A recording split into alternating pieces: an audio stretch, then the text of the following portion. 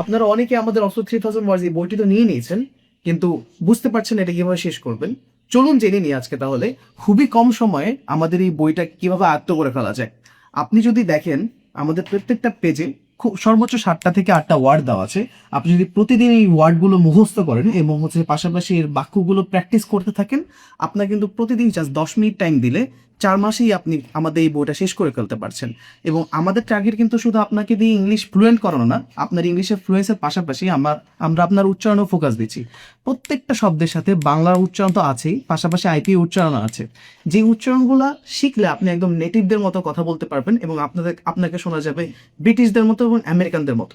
কিন্তু আপনি যদি তাও এই আইপি উচ্চারণগুলো সঠিকভাবে উচ্চারণ না করতে পারেন, তাহলে আপনারা তো জানেনই আমাদের এই 6 নম্বর পেজে বইয়ের অডিও বুকের জন্য, অডিও ভার্সনের জন্য কিউআর কোড দেওয়া আছে, যেটা শুনে প্র্যাকটিস করলে এবং হুবহু মুখস্থ করলে আপনি একদম আমেরিকান এবং ব্রিটিশদের মতো নেটিভদের মতো উচ্চারণ করতে পারবেন। তো আর দেরি না করে আপনার প্র্যাকটিস করা শুরু করে দিন। ধন্যবাদ।